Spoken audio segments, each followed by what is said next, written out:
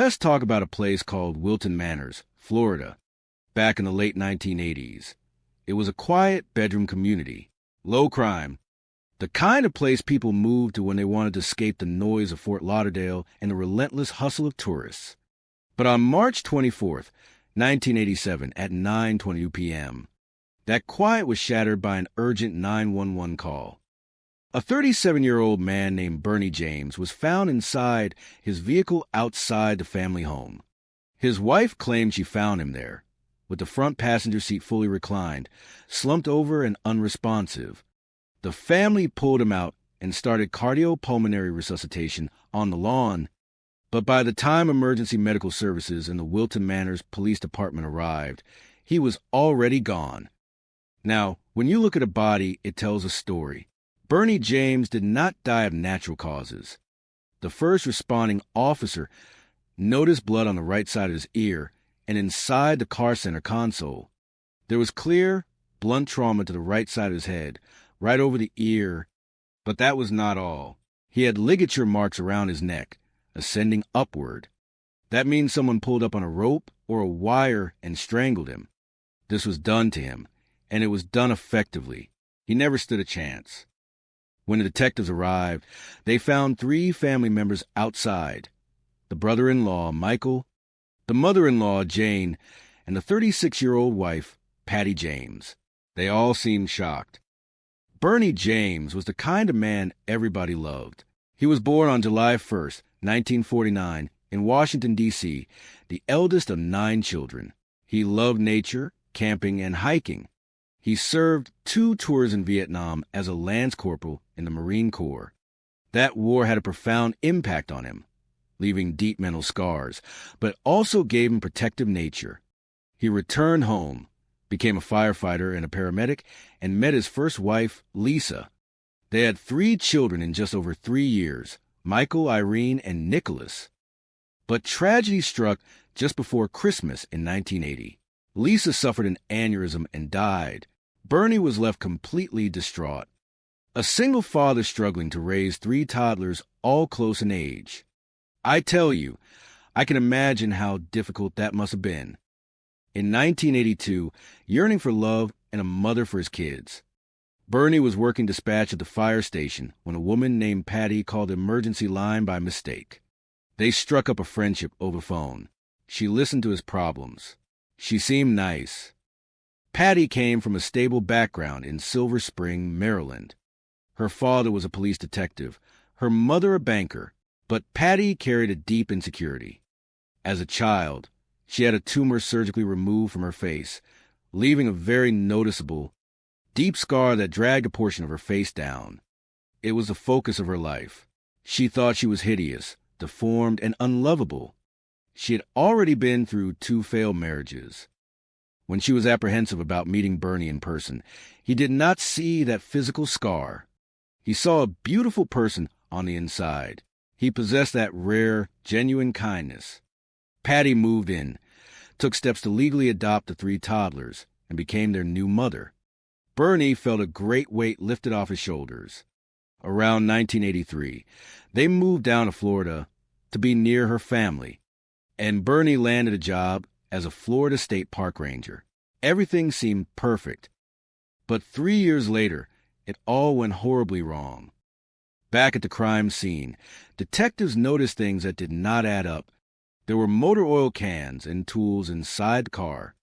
Bernie's wallet was found a few feet away on the driveway, rifled through, with no cash but his identification and credit cards intact.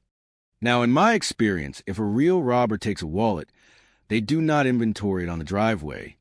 They run down the street or hop in a getaway car, and you find the remnants blocks away. This was an inconsistency. This looked staged. Patty told detectives that they had just returned from a grocery store, and Bernie stayed outside to change the oil and fix an electrical problem. She claimed she went out later to check on him and saw him talking to a black male, approximately 6 feet tall, in his 20s, wearing a light shirt and dark pants, speaking with a French accent, and asking for matches to light a cigar. She claimed Bernie told her go inside, and 20 minutes later, she returned to find Bernie dead and the man gone.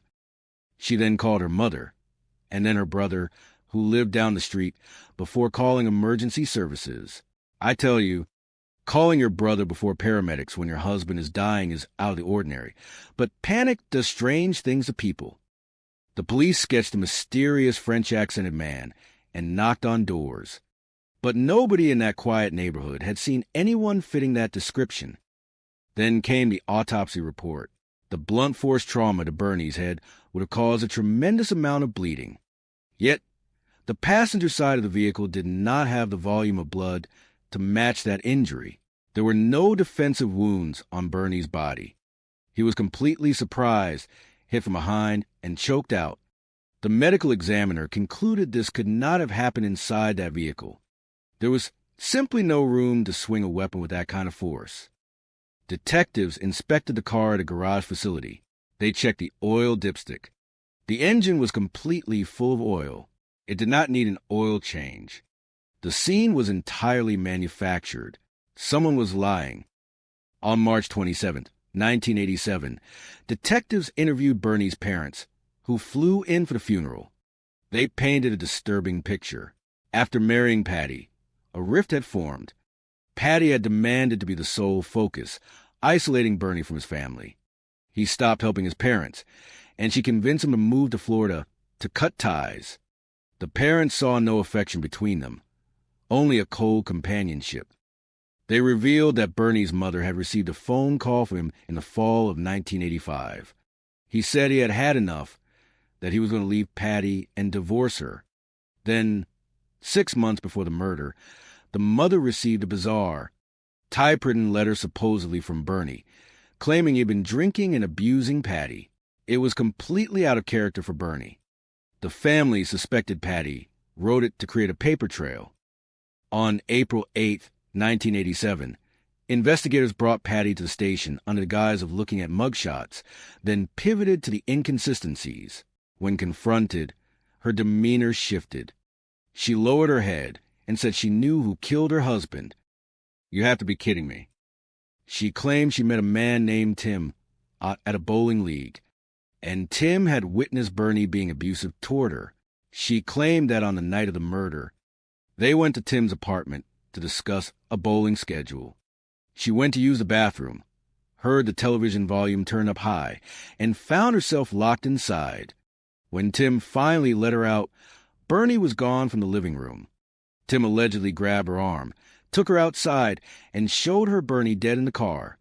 She claimed Tim drove her home, then walked back to fetch Bernie's car, parked in her driveway, and fled.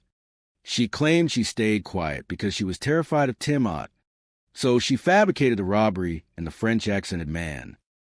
Detectives let her go for the moment and immediately brought Tim Ott in for questioning. Tim was soft-spoken and highly intelligent. When asked about Patty and Bernie James, he looked genuinely confused. He said he had never heard of them. Then detectives showed him a picture of Patty. Tim looked at it and said, "That is Demi.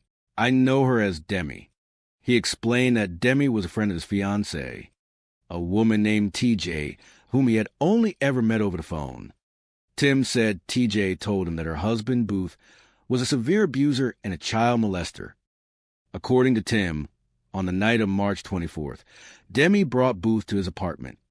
Believing he was protecting children from a monster, Tim grabbed a baseball bat and struck Booth on the side of the head. When the man did not go down, Tim grabbed wire and strangled him, readjusting his grip several times until man had no breath left. They then loaded the body into the car and drove it back to the house. Detectives were stunned. They asked Tim for a photograph of his fiancée, TJ, and he pulled one from his wallet. It was a face investigators had never seen. Since Tim had never met TJ in person, the truth became sickeningly clear. Patty James was a master of deception. She was playing two different roles. She created TJ, a fictitious flight attendant, to manipulate Tim over the phone. When it was time to meet in person, she created Demi.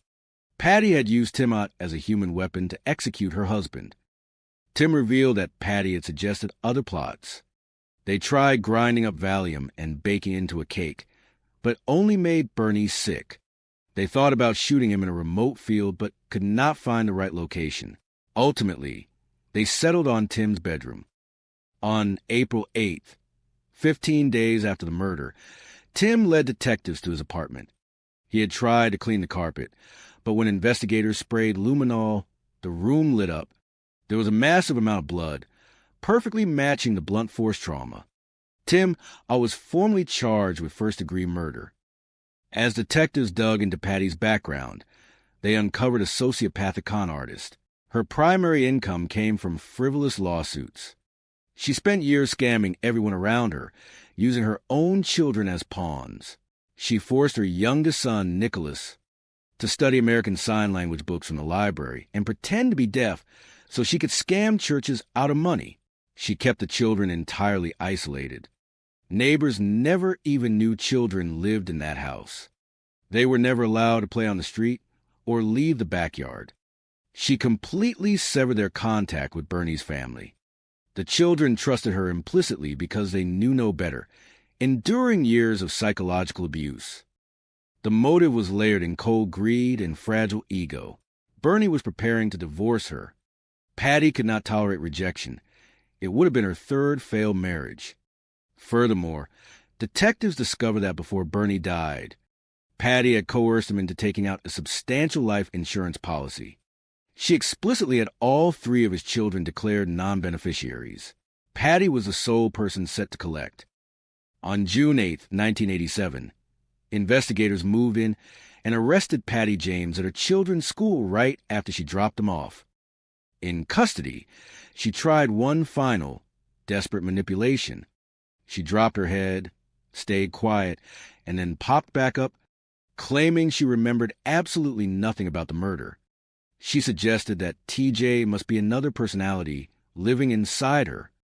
It was a pathetic performance. Investigators were not buying it. Rather than risk a trial, Tim pleaded guilty to second-degree murder and agreed to testify against her. Patty's first trial in November 1987 ended in a mistrial because a single juror refused to deliberate or participate.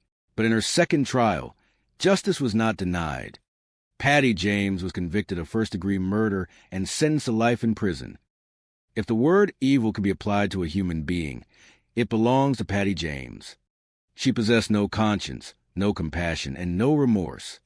She viewed people as tools to be used and discarded. Her own stepchildren call her an evil stepmonster, a creature completely devoid of humanity. Bernie James survived 2 tours in the jungles of Vietnam and dedicated his life to saving others as a firefighter and protecting nature as a ranger, only to be slaughtered in a dingy apartment because of a wicked woman's greed. It is a tragedy that leaves a scar far deeper than any physical deformity ever could. I tell you, the world is a safer place with Patty James behind bars. Human beings are strange creatures. They destroy one another for the most ridiculous reasons you could ever imagine. Sometimes it is for a handful of crumpled dollar bills. Sometimes it is for a twisted version of love. And sometimes it is simply because they lack a soul. My. I tell you, after decades of looking into the eyes of monsters, nothing surprises me anymore, but the sheer coldness of the human heart can still make a man pause. This story takes us to Stanton, Missouri, a small, quiet community nestled in the rolling farmland between the Lake of the Ozarks and St. Louis, along Interstate 44. Franklin County is a largely rural place, a landscape dominated by endless farmland, deep woods, and silent fields. It is the kind of place where people mind their own business and assume their neighbors do the same. Buton tenayop October 22nd, 1992. Just after 9 o'clock, that quiet rural peace was shattered by a pillar of fire. A motorist traveling along the North Service Road noticed a bright orange glow in the distance, cutting through the autumn darkness. This gentleman decided to take a closer look. He walked up into the woods, pushed through a small patch of trees, and stepped out into an open field. What he found was a vehicle fully engulfed in flames. In those days, before everyone carried a telephone in their pocket, he had to walk back to find a landline to alert the authorities. Firefighters arrived within minutes. their hoses cutting through the dark as they doused the roaring flames. As the smoke began to clear, they made a gruesome discovery in the front passenger seat of the destroyed truck. There was a body inside, or what was left of one. The fire had been intense, a raging furnace that consumed almost everything, leaving behind only skeletal remains and dental fragments. The firefighters immediately contacted the Franklin County Sheriff Department. I received a call at 9:40 that night and instantly gathered my detectives to head out to that lonely field. When you stand in front of a burned-out vehicle in the middle of nowhere, the questions start piling up fast. Why is this truck here? Where did it come from? And most importantly, who is the victim? You have to start from the inside of the wreckage and slowly work your way out. Finding answers would not be easy because the fire had destroyed almost all the physical evidence, leaving nothing on the outside but a scorched metal frame. There was no wallet, no driver license, no piece of paper to give this poor soul a name. However, as detectives carefully sifted through the ashes in the front passenger seat, they discovered a few items that the fire could not completely erase. There was a gold chain, a ring, a watch, and a metal belt buckle featuring the emblem of Ducks Unlimited, a well-known hunting group. As they examined the skeletal remains further, they spotted a crucial anatomical clue. There was a distinct metal rod embedded in the right leg, the unmistakable mark of a past surgical repair from a severe injury. Searching around the exterior of the frame, investigators noticed something highly suspicious. The license plates had been deliberately removed. Whoever did this was trying to delay law enforcement, trying to buy time by making it as difficult as possible to identify the vehicle and find out where the owner lived. But the killers made a classic mistake, the kind of blunder that born losers always make. They forgot about the vehicle identification number etched deep into the metal frame. When dispatch ran that number, it came back to Danny and Karen Coleman at an address in St. Louis, roughly a 45-minute drive from that lonely field. Investigators wasted no time and headed straight to the residence, arriving at about 2:30 in the morning. They found Karen Coleman and her 18-year-old son, Joby, inside the house. Danny was nowhere to be seen. Karen expressed immediate concern, telling the detectives that her husband was a responsible man who always called if he was going to be late, but she had heard nothing from him that evening. The detectives, maintaining their professional distance, began to present the charred items recovered from the scene. They showed her descriptions of the jewelry, the watch, the ring, the gold necklace, and the hunting belt buckle. The family confirmed those items belonged to Danny. Then came the final piece of the puzzle.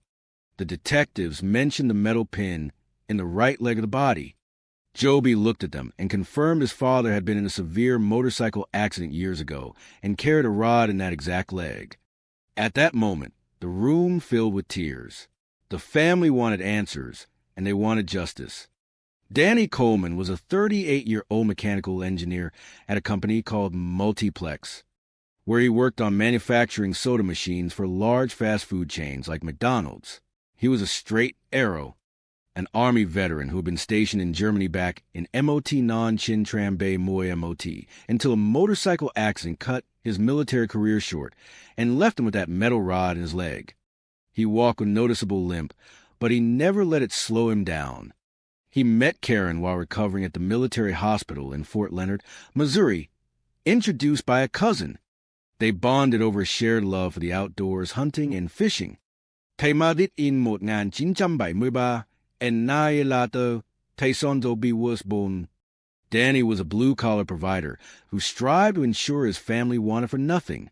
He was widely respected, easygoing, and devoted his free time to teaching children firearms safety as a hunter safety instructor.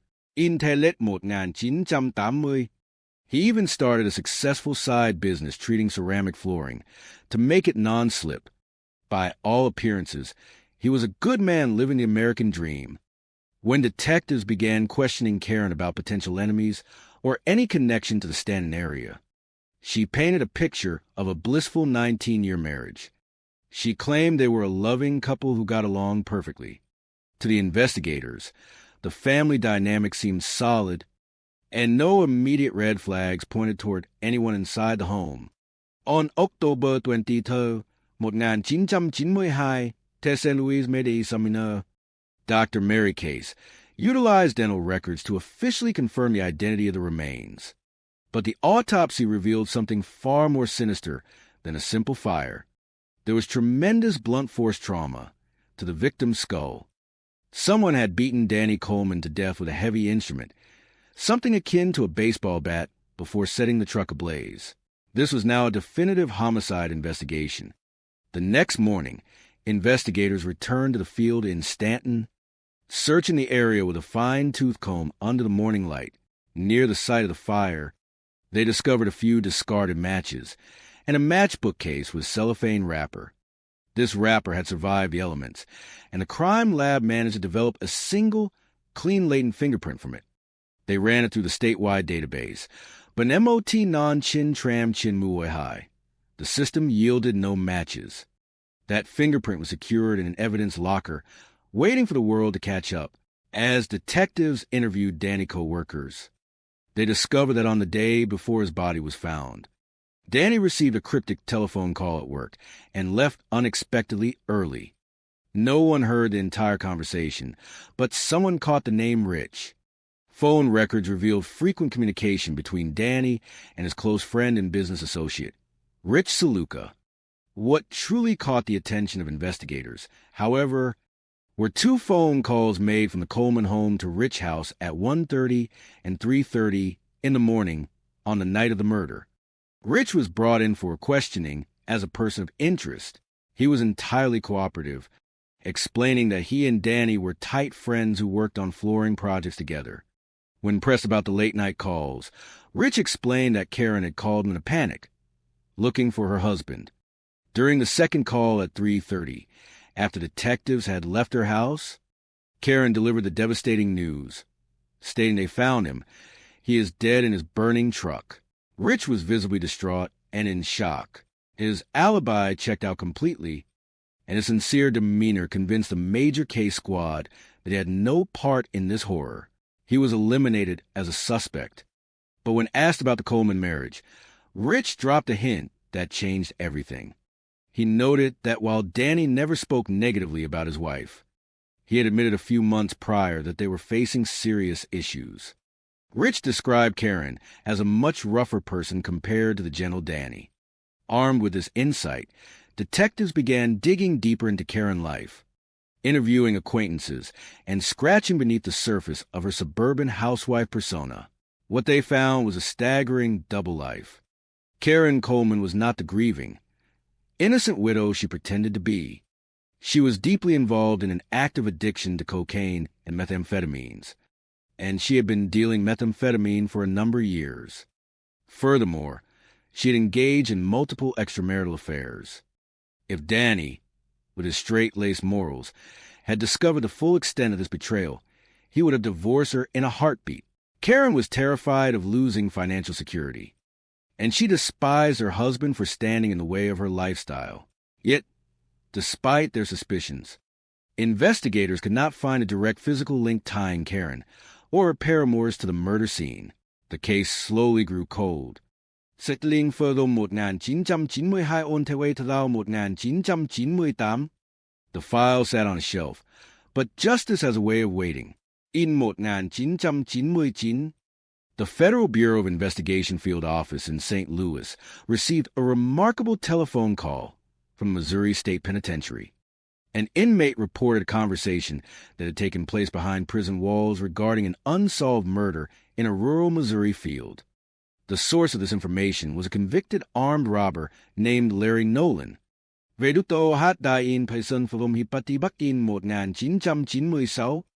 he passed away, Larry made a detailed deathbed confession to his cellmate about a homicide he had personally orchestrated. It was the murder of Danny Coleman. FBI agents and local detectives immediately converged on the prison to interview the informant. The story that emerged was a twisted narrative of greed, lust, and utter betrayal. Karen Coleman was close friends with Michelle Nolan, who happened to be Larry Nolan's wife. Ka then bigang akompin misaw to visit la in prison, but be December 1989. Karen started visiting Larry completely on her own. She seduced her best friend husband, using him for her own dark purposes. Larry fell desperately in love with Karen, and once she had him wrapped around her finger, she asked him for a terrifying favor. She wanted her husband dead. Danny carried a $50,000 life insurance policy. Karen promised Larry that if he arranged the hit, she would pay him $15,000 from the insurance proceeds and marry him once he was released. Sitting in his cell in Jefferson City, Larry hatched the plot. He reached out to a longtime friend outside the walls named James Cornhart. Cornhart was a local firefighter in the St. Louis area, a position that commands public trust. But Larry knew that for the right price, this firefighter would become an executioner. Karen provided detailed schedules of Danny day-to-day activities, which Larry passed along to Cornhart. The informant also revealed a detail that contradicted the original blunt force trauma finding. He claimed Danny had actually been shot with a pistol fitted with a custom-made silencer that Larry had helped arrange. According to the inmate, after the murder was carried out, Ka then kontin visting la di for a time, but be 1996. She dropped him like a bad habit, without ever paying him a single dollar of the blood money. Larry died furious, realizing he had been double-crossed by the woman he loved. He confessed to clean his conscience and to burn the woman who burned him. Investigators immediately went to work verifying this wild tale. They checked prison logs, and sure enough, both Karen Coleman and James Cornhart were on Larry Nolan official visitor lists. Next, they asked Dr. Mary Case to reevaluate Danny's skull fragments. In the field of forensics, there is a term known as a lead snowstorm. When a bullet strikes bone at high velocity, it can disintegrate, leaving a spray of tiny metallic fragments that show up on an X-ray like a storm of white snow. Because of the extreme fire and structural damage to the skull, these tiny fragments had been missed during the initial autopsy. When the medical examiner re-examined the X-rays with this specific information in mind, she found the lead snowstorm. Danny Coleman had indeed been shot in the head. On July 12, 1999, investigators attempted to interview James Cornhart, but he refused to cooperate, exercising his constitutional right. They confronted Karen Coleman as well, but she denied any involvement, blaming her past erratic behavior entirely on her drug addiction, while swearing she had no part in her husband's death. The case stalled yet again because prosecutors lacked the ironclad proof needed to convince a jury beyond a reasonable doubt. They knew Karen had received a $50,000 insurance payout, and financial records showed suspicious cash withdrawals, but it was not enough. Years passed, but the detectives refused to let Danny's memory fade. In 2008, investigators presented the file to the United States Attorney Office in St. Louis.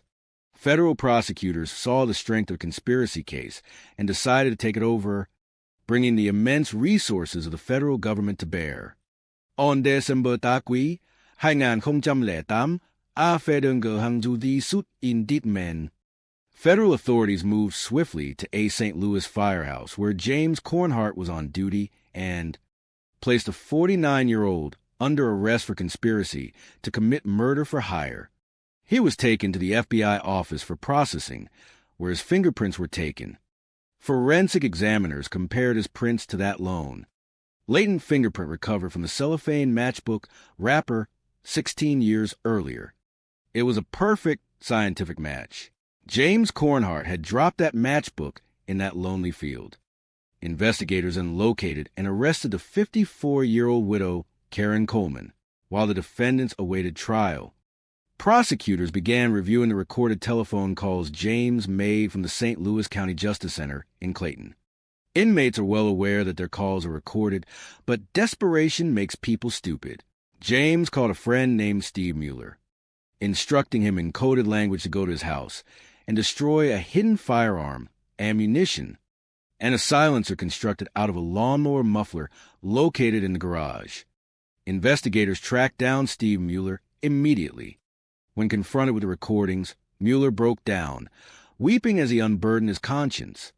He confessed that he had taken the weapon and the makeshift muffler and thrown them off the Jefferson Barracks Bridge into the waters of South St. Louis County. But Mueller's confession went much deeper. He revealed that he was not just an accessory after the fact. He was a full participant in the execution. Larry Nolan had contacted Cornhart, and Cornhart had recruited Mueller along with a mysterious third individual known only by the street name Dozer. On the night of October 22nd, 1992, these three men lured Danny Coleman to a vacant house under the false pretense of providing evidence regarding his wife's infidelity. The moment the unsuspecting Danny walked through the door, he was totally blindsided. They brutally attacked him, beating him severely. But Steve Mueller admitted to investigators that he was the one who pulled the trigger, firing 3 shots to end Danny's life. The 3 conspirators then placed Danny's body into the front passenger seat of his own truck. One of them drove the victim truck, while the others followed in a getaway car, traveling down Interstate 44 until they reached the remote field in Stanton. There, they set the vehicle on fire, hoping the flames would wash away their sins. Bizun Hainan Khomjamui AS Tezorju Fokonyat and Muen Ap Project. Karen Coleman realized she was facing a lifetime behind federal bars. She decided to save herself and cut a deal with the prosecution, pleading guilty to conspiracy and murder for hire. She sat down with authorities and laid bare her hollow soul. She confessed that she wanted out of the marriage and used Larry Nolan's romantic obsession to orchestrate the hit. She confirmed the exact financial promises made to killers: $2,000 for Larry, $17,000 for James Cornhart, and $1,200 for Steve Mueller. It was an incredibly cold, calculated plot. These hitmen had no personal grievance against Danny Coleman. They slaughtered a good man simply for the promise of a few pieces of silver. Karen agreed to testify against her co-conspirators, but she requested that her son, Joby, not be present in the courtroom during her testimony. Joby, seeking justice for the father he loved, agreed to step out, spared from hearing the horrific details from his own mother's lips. The pieces of the puzzle fell perfectly into place. Karen's testimony, the undeniable match of the 16-year-old fingerprint on the cellophane wrapper, the recorded prison phone calls, and Steve Mueller's confession created an airtight case. The jury found James Cornhart and Steve Mueller guilty on all counts. Both men were sentenced to spend the remainder of their natural lives in a federal penitentiary without the possibility of parole. It was a satisfactory conclusion for the investigative team and provided a semblance of closure for Joby. Karen Coleman was sentenced to 20 years in federal prison in exchange for her cooperation. Personally, I found that sentence deeply disappointing. She was the instigator, the serpent who set the entire tragedy into motion, and she deserved to grow old and die in a cell just like the rest of them. To this day, the identity of the third hitman, Dozer, remains a mystery, and the case technically stays open as authorities look for that final piece of garbage. Danny Coleman was an asset to this world, a kind father, a dedicated worker, and a veteran. He was completely blindsided by the woman who swore to love and protect him, a betrayal that led to his cruel death. The killers thought they could hide their monstrous deed in a remote field under a blanket of fire, but they forgot one simple truth. Lies can smoke for a long time, but the truth eventually cuts through the ash like a brilliant light. You can run and you can hide, but justice will always find a way to knock on your door. I tell you, human beings are strange creatures. They kill for the most foolish reasons you can possibly imagine. They kill for money, they kill for pride, but worst of all, they kill for an illusion created inside their own minds. My. You look at a quiet, family-based community in Rowan County, North Carolina, a place nestled between Charlotte and Greensboro where the city of Kannapolis is renowned for its textiles. It is an upper-middle-class neighborhood with homes within eyeshot of each other, the kind of place where people move to raise their children and sleep soundly at night. It is not the kind of neighborhood where you expect to find violent crime. But evil does not care about your zip code, and it does not check your income status before it knocks on the front door. On July 23rd, 2013, at 9 hours and 40 minutes in the morning, a 911 call upends at calm Tuesday morning. The caller is 59-year-old Chuck Reeves, and he is in dire need of help for his fiancée, 62-year-old Shirley Pierce. When the first responders arrive on the scene, they walk into a nice, quiet house, but there's an eerie feeling in the air, and then comes a smell. It is the sharp, chemical odor of sodium hypochlorite, commonly known as household bleach. In the main bedroom, detectives see bloodstains on the carpet, a trail of red that continues across the floor, and leads straight into the master bathroom. Inside that bathroom, they find a ferocious scene. The body of Shirley Pierce is lying motionless in the bathtub, with the water still running over her cold form. She has suffered multiple sharp force injuries to her face and her neck. This is not an accidental death, and it is not a robbery gone wrong. This is a targeted, deeply personal execution driven by an intense amount of rage. Now, when you have a homicide inside a residence with no signs of forced entry, you always look at the person who found the body. That is police work 101. Detectives turn their focus to Chuck Reeves. He is devastated, torn up, but completely cooperative. He explains that he spoke to Shirley the night before around 8 hours and 15 minutes in the evening. She was supposed to watch his dog while he traveled out of town for business. In the middle of the conversation, the phone suddenly went dead. Drop calls are common in that part of Kannapolis due to spotty cellular service, so he did not panic. But when he arrived the next morning, the garage door was open, the house door was locked, and he had to use a spare key hidden in a flower bed to get inside. He heard the shower running, walked in, and found his worst nightmare. Investigators analyzed every single word, looking for inconsistencies. But Chuck has a rock-solid alibi confirmed by his employer in South Carolina. Furthermore, his hands are completely clean. When an individual uses a sharp weapon to assault another human being, the weapon becomes slippery with blood, and the assailant almost always cuts their own hands. Chuck does not have a single scratch on him. He is cleared as a suspect. So, who wanted this beautiful, outgoing Southern lady dead? Everyone loved Shirley. She was a professional administrative assistant to the chief executive officer at Tuscarora Yarns, a dedicated mother to her daughter Tracy, and a doting grandmother. She spent her free time organizing charity galas for people with traumatic brain injuries. She had a massive heart, but when detectives interview Tracy, a ghost from the past emerges. 10 years prior, Shirley was in an abusive relationship with a man named Richard, which resulted in a restraining order after he threatened her life with a tool. Richard had recently re-entered the area and tried to make contact. He becomes a prime suspect. Detectives track him down to a local pawn shop just 15 minutes away. Richard is shocked by the news. His hands are clear of injuries, and he suffers from severe health problems that render him physically incapable of committing a violent assault. He can barely walk. Another dead end. But then, the telephone rings at the sheriff's department. It is a call that changes everything.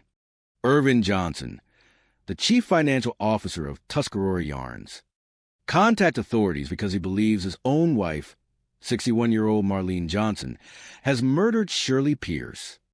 I tell you, it is quite a shocker when a spouse calls in to report their own partner for homicide. That is something you do not hear every day. Irvin sits down with investigators and begins to paint a psychological portrait of a dark, unhinged mind driven by absolute ego and toxic jealousy. Marlene grew up in a wealthy family in Gastonia, North Carolina. She was a woman who was used to getting her way, a refined individual who dressed to the nines and spoke eloquently.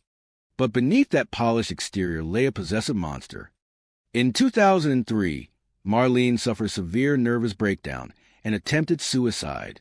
Irvin states she never fully recovered. She became highly aggressive, erratic, and utterly convinced that her husband was engaging in infidelities with single women at his workplace. When Irvin started his position at Tuscarora Yarns in 2006 and introduced Marlene to Shirley, Shirley politely called him honey and touched his arm, a standard piece of Southern hospitality. In that exact moment, Marlene's internal antenna went up. In her twisted mind, the delusion was born. For 7 years, Marlene made it her daily mission to destroy Shirley Pierce. She became completely fixated, hiring private investigators to conduct surveillance. When the first investigator found absolutely no proof of wrongdoing, Marlene grew frustrated and hired a second firm that utilized aerial drones to capture images of Shirley's home. She memorized Shirley's schedule, knew when she went to the grocery store, and monitored how far her garage door was open. There was no convincing her otherwise. Her mind demanded the affair be real to feed her own deep-seated insecurity. Shirley, knowing she was innocent, refused to live in fear and assumed the madness would pass. She was wrong. In 2011, the paranoia exploded into physical violence. Marlene tracked Shirley to a local restaurant where she was having lunch with coworkers. Marlene hid her face behind a menu, waited, and then launched a vicious ambush in the parking lot, grabbing Shirley by the hair and screaming death threats. Marlene was arrested for assault, but Shirley, showing her characteristic kindness, refused to press charges to avoid causing professional difficulty for Irvin. Irvin eventually moved out and obtained his own restraining order, but the damage was done. Detectives secure a search warrant for Marlene's vehicle and residence. Inside her trunk, they find an array of chemical cleaning supplies. Inside her dining room, they discover Google Maps aerial photographs of Shirley's house and hours of surveillance notes. It is a roadmap of obsession. When Marlene is brought in for questioning, she sits with her sunglasses on, acting bored, detached, and completely arrogant. She refuses to answer questions, but her physical body betrays her. Investigators examine her hands and notice she has a French manicure, but the tips of her fingernails are missing and her fingers are covered in fresh cuts, perfectly consistent with a hand slipping during a frenzied knife attack. The next day, the medical examiner delivers a critical piece of evidence. During the post-mortem examination, they discover a broken knife blade lodged deep inside the victim's neck. The force required to break a stainless steel kitchen blade inside a human body is immense. Armed with this knowledge, detectives execute a search warrant at the home of Tim Connor, a motivational speaker and author who served as Marlene's close confidant. They find a kitchen knife block where 3 knives are present, and the fourth, a matching blade, is missing. The recovered blade matches Tim's set perfectly. When confronted, Tim breaks down, turns from cool to groveling, and admits he lied to provide Marlene with a false alibi for the night of the murder. He reveals that Marlene approached him the morning after the crime, begging him to tell police she had been with him all night. Her alibi vanishes into thin air. The final nail in the coffin arrives from the state crime laboratory. Forensic technicians locate Marlene Johnson's deoxyribonucleic acid on the shower curtain where Shirley's body was deposited. The sequence of events is clear. On July 22, 2013, Shirley drove into her garage, walked into her home, and began preparing for bed. Marlene, utilizing her years of stalker knowledge, slipped through the open garage door behind her. She launched a brutal, unprovoked assault, inflicting excruciating pain upon an innocent woman who did nothing but exist. Marlene then dragged the body to the tub, turned on the water, and attempted to eliminate her own biological evidence using bleach, unaware that science would ultimately catch up to her. In January of 2018, Marlene Johnson stands trial for first-degree murder. She arrives dressed professionally, maintaining an aura of untouchable innocence. But you cannot argue with science, and you cannot argue with the cuts on your own fingers. On January 24, 2018, the jury returns a swift verdict of guilty. The moment the clerk reads the word, Marlene lets out an audible gasp and collapses onto the courtroom floor. The judge prevents anyone from removing her until the formal sentence is handed down. She is sentenced to spend the remainder of her natural life behind bars with no possibility of parole. A wicked, cowardly individual removed from civil society, leaving a family, a daughter, and a fiancé to mourn a beautiful soul who was taken for absolutely no reason at all. Case 2, the breaking point. Sometimes circumstances create a devil. You can take a good, decent, hard-working human being, subject them to decades of unrelenting pressure, and watch as they reach a breaking point that leads straight to cold-blooded murder. You have to be kidding me. You look at St. Petersburg, Florida, a beautiful coastal city that attracts retirees and families from all across the United States. It is a sleepy town that has experienced a residential boom, filled with quiet neighborhoods and mobile home communities. On May 9, 2005, at 10 hours and 30 minutes in the morning, an independent contractor named Jason McCain and his son arrive at a mobile home on Yellow Pine Drive. The residence has fallen into foreclosure, and a finance company has hired a clean-out crew to clear the interior. Neighbors indicate that no one has been seen at the property for 8 or 9 months. When the cleaning crew steps inside, they are hit with a foul, heavy odor. They assume it is merely spoiled food left behind in an abandoned refrigerator. The trailer is a time capsule of a sudden departure. A half-undecorated Christmas tree stands in the hallway. Calendars are frozen in time, and Star Wars memorabilia is scattered about. But as they clear 75% of the home, the stench becomes unbearable near a closed bedroom door. They enter the room and find a mattress with several heavy blankets piled on top. When they attempt to lift the linens, they find them extraordinarily heavy, sticking to the mattress like Velcro pulling apart. They drag the bundle to the floor, the plastic tearing open upon impact, revealing a mummified human leg and foot. A terrified 911 call brings the St. Petersburg police to the scene. Due to extreme decomposition, the gender and race of the decedent are impossible to determine visually. It is clear the body has been rotting under those sheets for several months. Property records show the trailer belongs to 2 sisters, Barbara Burns and Deborah Burns. Both are completely missing. To understand how a human corpse ends up hidden on a bedroom floor for nearly a year, you have to look into the history of the family. Barbara Burns was born in 1951 in Maryland to a blue-collar family. She was a likable, jolly girl who loved the summer trips to Virginia Beach. But in 1964, her youngest sister, Debbie, was born.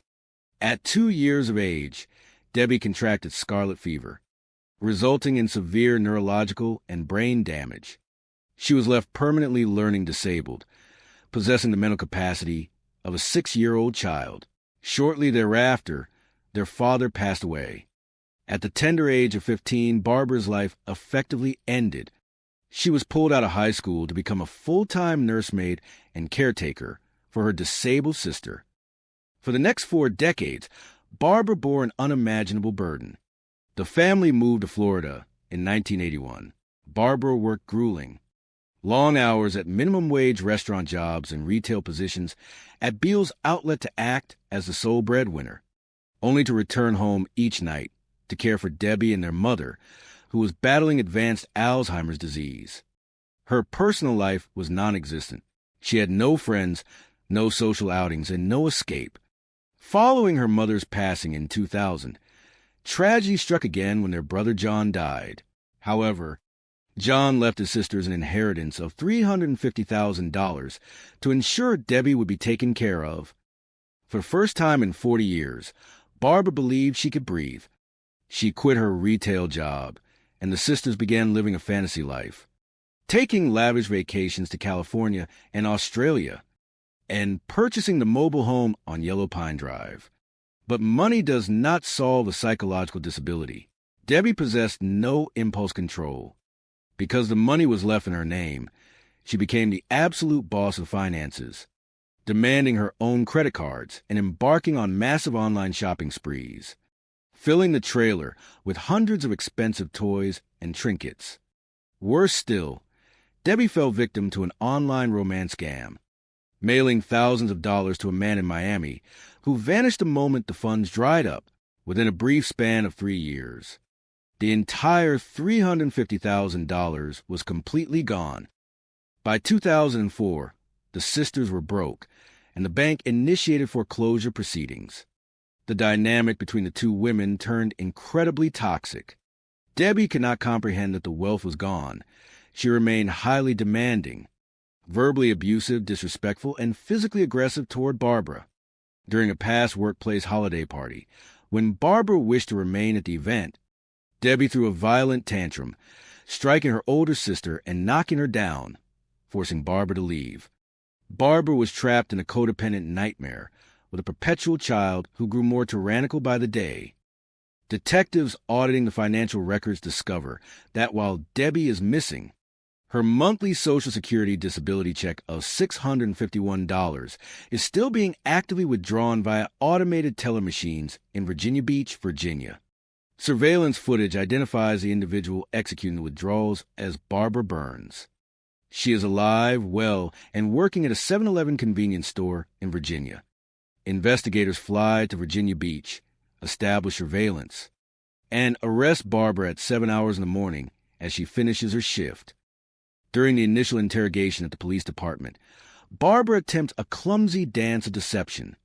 She denies ever owning property on Yellow Pine Drive, claims she has no siblings, and states she does not know anyone named Deborah Burns. But detectives present her with a photograph of her sister. The wall of denial crumbles, an emotional dam breaks. She confesses to the homicide, weeping as she narrates the final hours of August 14th, 2004, which was Debbie's 40th birthday. They had gone to a restaurant where an argument erupted over their financial ruin. Upon returning home, the dispute escalated into a physical altercation. Debbie eventually went to bed in the single room they were forced to share, where their heads almost touched every night.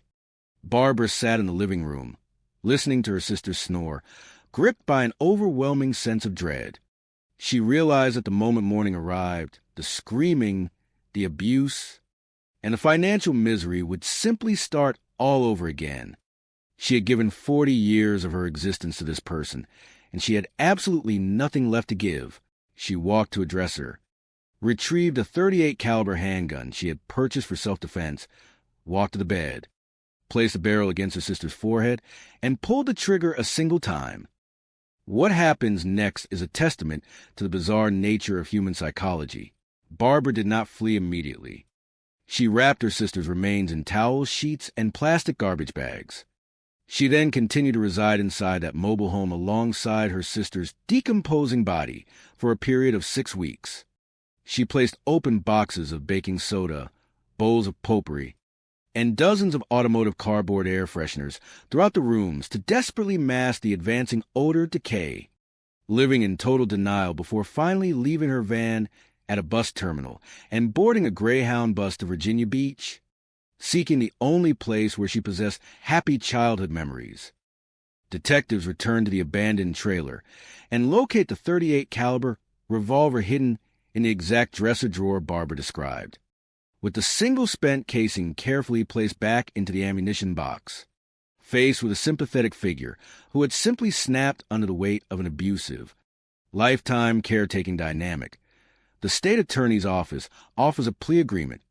Barbara Burns pleads guilty to a reduced charge of manslaughter and is sentenced to 15 years in state prison. While in the correctional facility, Barbara manages exceptionally well. She is a model inmate. For the very first time in her entire life, someone else cooks her meals, someone else manages the schedule, and she is entirely liberated from the crushing responsibility that dictated her existence for 4 decades. She served 12 years of her sentence before being released for good behavior in 2018. She returns to St. Petersburg, carrying the immense grief and guilt of her actions, missing her sister's face every single day. I will remember this case for the rest of my days as the absolute epitome of a good person who did a very, very bad thing. Sometimes, my friends, the circumstances of life can push a human being past the brink of sanity, straight into the abyss. Known for being a bit awkward and shy.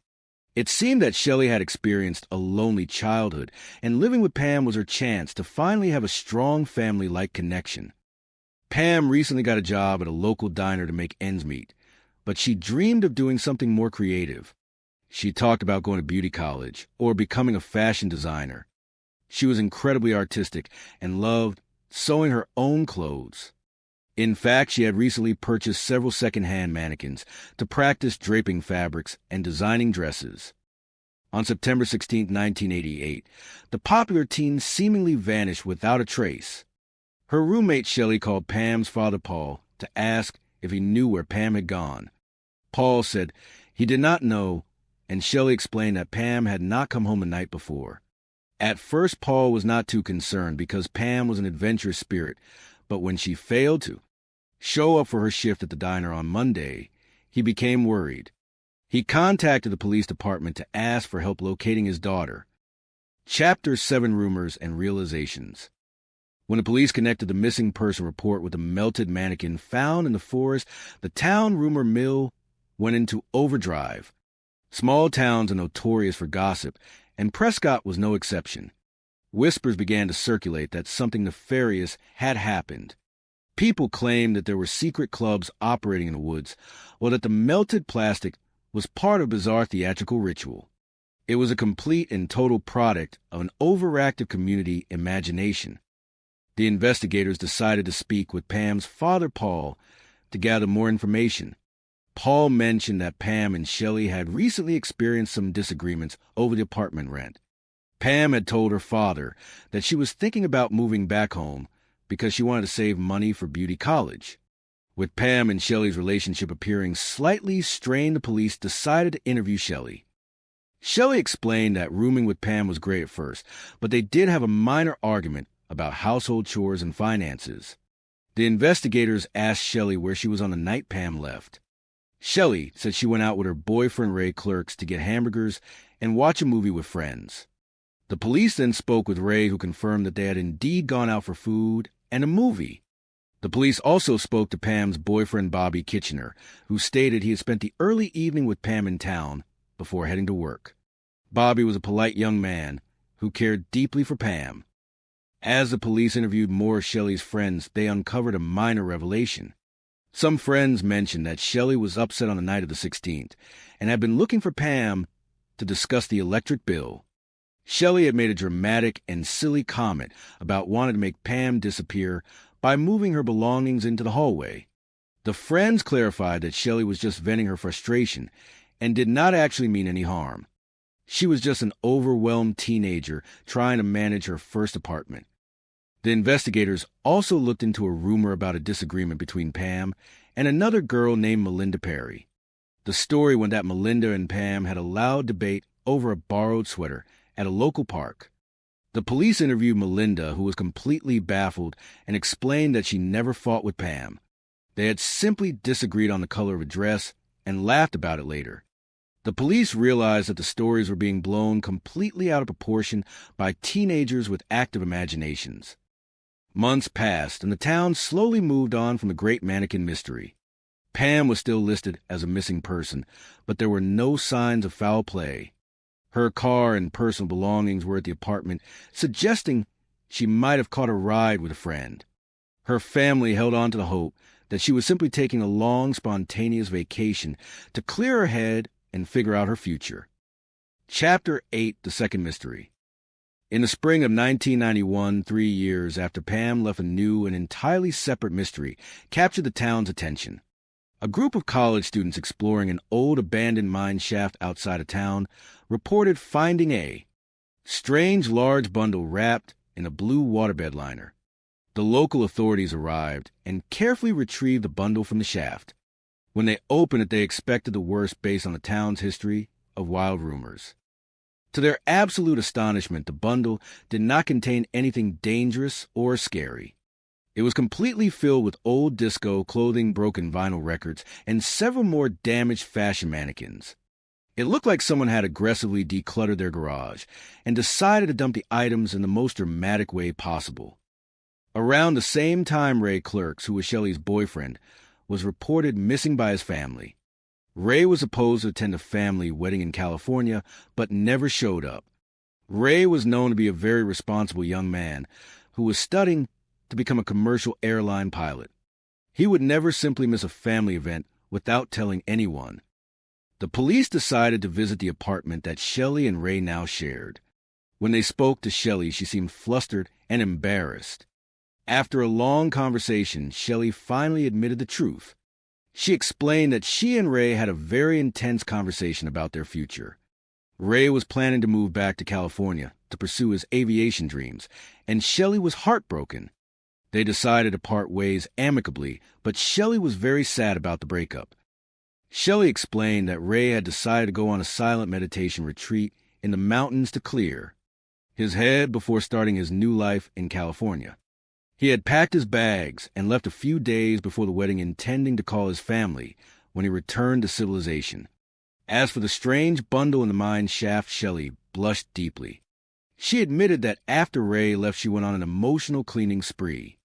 She gathered up all the old junk in the apartment, including the leftover mannequins from Pam's fashion design phase, and dramatically threw them into the mine shaft as a symbolic gesture of letting go of the past. The police could not help but chuckle at the sheer theatricality of the teenagers in this town. They contacted the meditation center in the mountains and confirmed that Ray Clerks was indeed there, safely enjoying the peace and quiet. The second great mystery of Prescott was officially solved with a laugh and a lesson in emotional maturity. Chapter 9, The Grand Return. The only remaining puzzle piece was the whereabouts of the bright and beautiful Pam Pitts. The answer arrived in the most wonderful and unexpected way possible. On a sunny afternoon in June, a brightly painted vintage camper van pulled into the driveway of Paul Pitt's house. The door swung open, and out stepped Pam, looking happier and healthier than ever. She was holding a diploma from a prestigious beauty and design academy in California. Pam ran into her father's arms, and they shared a long emotional embrace. The entire family gathered around, crying tears of absolute joy. Pam explained that on that night in 1988, she had felt completely overwhelmed by the pressures of paying rent, arguing with her roommate, and figuring out her life. She made a sudden impulsive decision to jump on a bus heading west. She wanted to chase her dreams of fashion design, and she needed a fresh start. She admitted that it was a foolish and selfish mistake not to call her family and tell them where she was going. She had been too embarrassed by her sudden departure to reach out, feeling that she needed to prove herself and succeed before coming back home. Over the years, she worked hard at a diner in California, saved her money, and successfully completed her design education. She had finally achieved her goals and felt ready to return and make amends. When Pam heard the wild stories about the melted mannequins and the town rumors, she laughed until she cried. She explained that she had accidentally left her plastic dress forms too close to the apartment heater, which caused them to melt slightly. Embarrassed by ruining them, she had dumped the damaged mannequins in Gordo's pit before she left town, hoping no one would notice. She never imagined that her discarded art project would spark a town-wide panic. Pam immediately reached out to her old roommate, Shelley. They met at the local diner and shared a massive plate of French fries. They talked for hours, apologizing for their past arguments over rent and chores. They realized that they were just young kids trying to navigate the adult world, and that they had both grown immensely since then. Shelley was thrilled to have her friend back, and Pam promised to design a beautiful dress for Shelley to wear to an upcoming town festival. The town of Prescott learned a very valuable lesson about jumping conclusions and the dangers of allowing gossip to run wild. What was once a source of fear and suspicion transformed into a beautiful story of personal growth, forgiveness, and the enduring bonds of friendship. Pam opened a very successful clothing boutique on the main street of Prescott, bringing vibrant colors and beautiful designs to the community. Shelley became her store manager, using her excellent organizational skills to keep the business running smoothly. Ray Clerks earned his pilot's license and frequently flew his friends out for fun weekend getaways. And as for the people of Kannapolis, North Carolina, hundreds of miles away, they continued to bake the most delicious cakes the state had ever seen. In the end, both communities discovered that while life can sometimes present confusing mysteries and emotional challenges, the answers are usually much simpler and kinder than we imagine. Through open communication, understanding, and a willingness to forgive, we can turn our greatest misunderstandings into our most beautiful triumphs. Love, friendship, and a good sense of humor are the true magic that holds a community together. Both towns thrive filled with happy residents who always remember to talk out their problems and never mistake a discarded plastic mannequin for a grand conspiracy. Life was peaceful, joyous, and wonderfully sweet. With wedding bells on the horizon, life had truly never looked better for the beloved Southern Belle. She was known to everyone in her community as a woman who was so pleasant, so endlessly outgoing, and simply beautiful from the inside out. She was, by all accounts, just a good, all-around person who radiated warmth to anyone fortunate enough to cross her path. After years of building her career and caring for her family, she had finally found the true love of her life, and she was genuinely happy. They had planned to live a good, long life together, filled with quiet evenings and joyous family gatherings. But when a brutal crime is suddenly discovered, the gentle plans for their bright future are entirely destroyed. The responding officer would later recall the heartbreaking sight of the scene, noting the tragic end of a beautiful life in the quiet sanctuary of her own home. She had suffered terrible wounds, the victim of an attack by somebody who was harboring a deep, inexplicable anger. The ensuing investigation would slowly uncover a dark obsession driven by a blinding, irrational jealousy. It is always a profound shock when law enforcement receives a call from a terrified spouse, whispering their darkest fears that the person they married might have committed the ultimate transgression against another human being. Through the shadows of the investigation, dark declarations of intent would emerge, revealing a mind consumed by malice. When the true motive of the killer finally comes to light, so too does a chilling window into a troubled mind, painting a vivid picture of unhinged obsession. It was a revelation that shook seasoned detectives to their very core, leaving a community to grapple with the absolutely unbelievable reality that such darkness could exist right next door. The story begins in Rowan County, North Carolina, nestled comfortably between the bustling cities of Charlotte and Greensboro. The fast-growing city of Kannapolis had long been renowned for its thriving textile industry. Kannapolis was a beautiful, growing town, boasting a vibrant main street where local shop owners greeted their neighbors by name. There were a lot of different businesses coming in and out, fueling a robust local economy. It was fundamentally a quiet, family-based community, characterized by upper-middle-class homes resting peacefully within eyeshot of each other, surrounded by manicured lawns and blooming dogwood trees. It was certainly not the kind of neighborhood where one would ever expect to find violent crime disrupting the gentle hum of daily life. However, on the morning of July 23, 2013, at exactly 40 minutes past 9 in the morning, a frantic emergency call completely upended the otherwise calm Tuesday morning. The caller, 59-year-old Chuck Reeves, was in a state of dire need, pleading for help for his fiancée, 62-year-old Shirley Pierce. Chuck had arrived at Shirley's home expecting a warm greeting, but instead, he was met with a chilling silence. As he walked through the house, his heart began to pound when he saw signs of a struggle. He followed the horrifying trail to the bathroom and found his beloved girlfriend motionless in the bathtub, with the water still running softly over her body. Chuck, his voice trembling with a mixture of devastation and disbelief, reported the tragedy to the dispatcher. Shirley was not breathing. In that agonizing moment, he realized that she was already gone, and there was nothing he could do to bring back the woman he loved. When the local police officers arrive at the residence, they are immediately led into the main bedroom by the heavy, silent atmosphere of the home. The house was just really quiet, a nice, well-kept home that now harbored an eerie feeling the moment you walked through the front door. The first officers on the scene immediately noted the strong, chemical odor of bleach hanging thickly in the air. Upon entering the bedroom, the tragedy became undeniable. The investigators observed a scene that spoke of a sudden and fierce confrontation. It appeared that the perpetrator had attempted to clean up the scene with household bleach, which created distinct, tragic patterns across the carpet, leading back into the bathroom. There was a clear path of sorrow that went from the bedroom into the master bath. Once in the bathroom, the detectives were met with a scene that broke their hearts. They found the body of Shirley Pierce resting in the bathtub.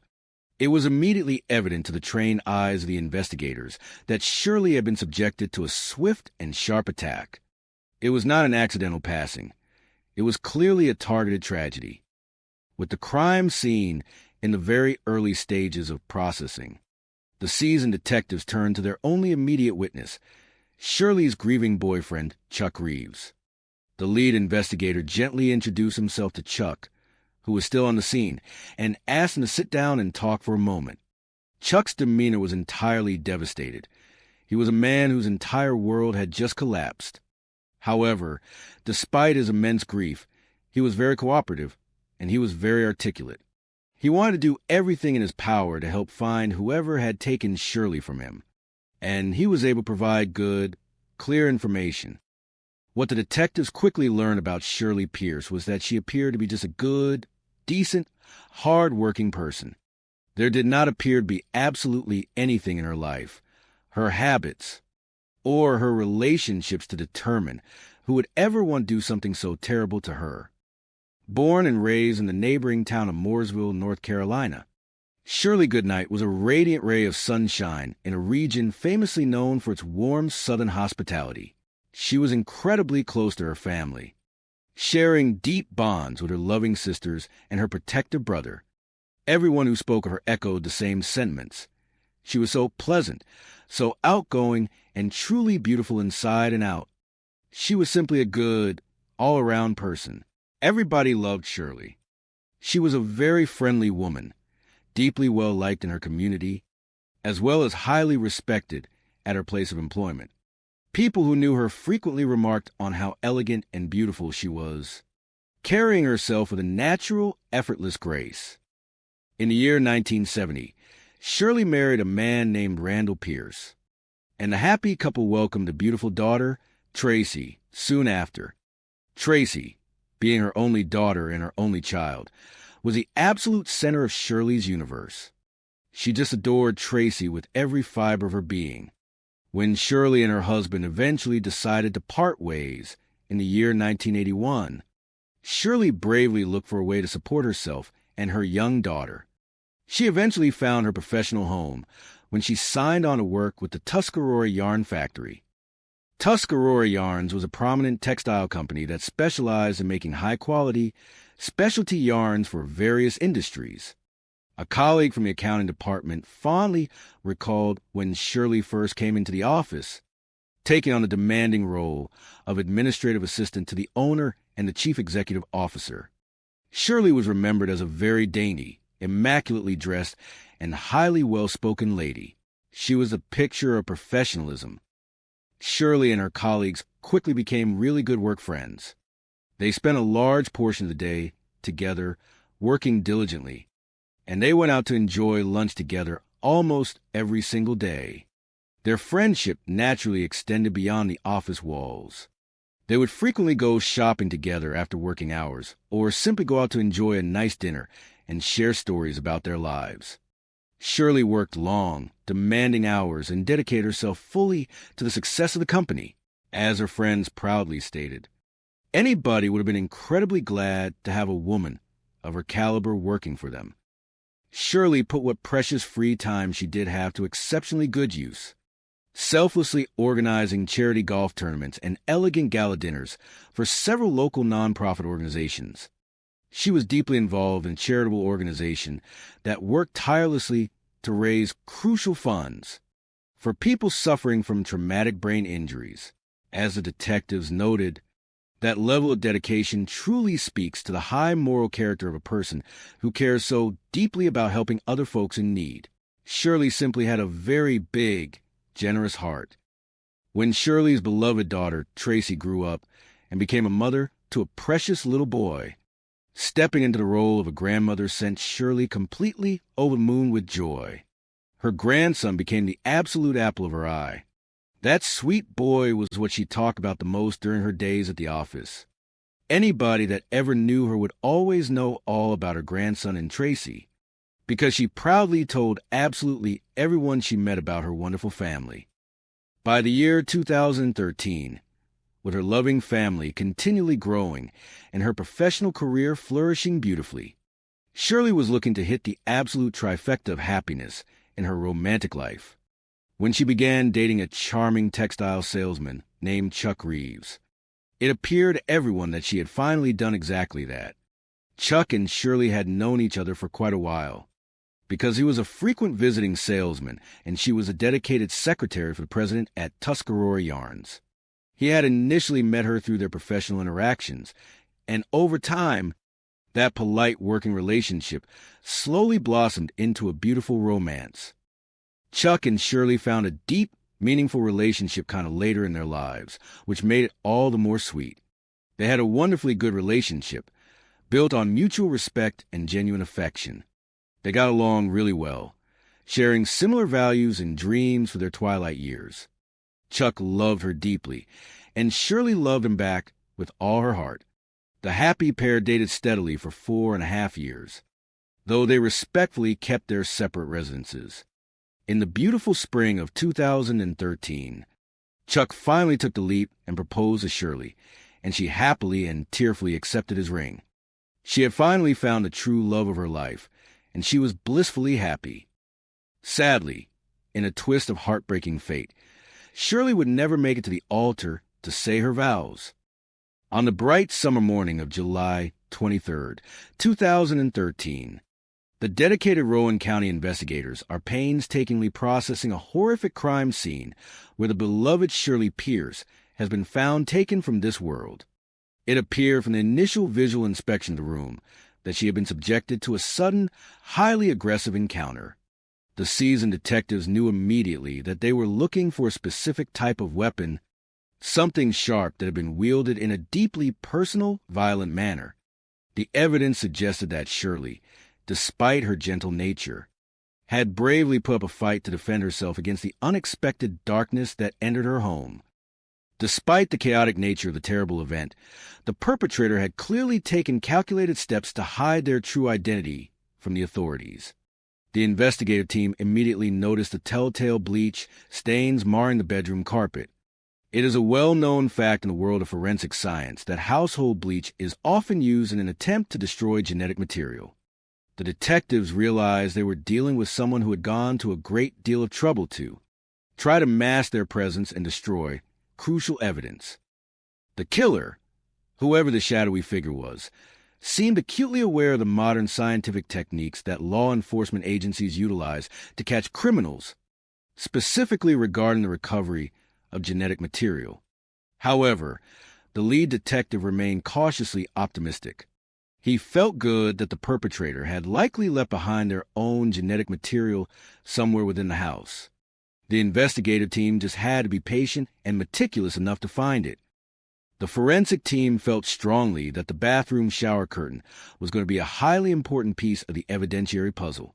They carefully processed the entire area, leading all the way up to the shower curtain, purposefully leaving the curtain perfectly in place until they could respectfully and safely transport Shirley out crime scene and into the care of the medical examiner's office.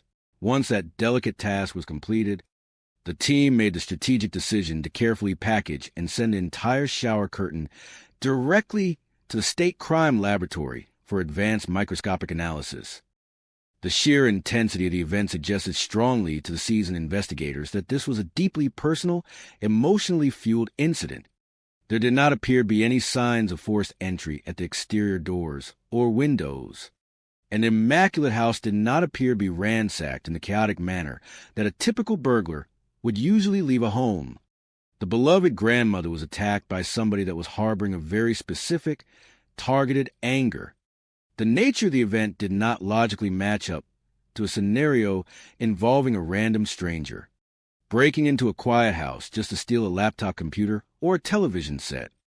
That specific realization immediately brought a wave of alarm to the detectives, shifting their focus toward somebody who was very close to her, somebody who would logically have the ability to easily enter the house without causing a disturbance.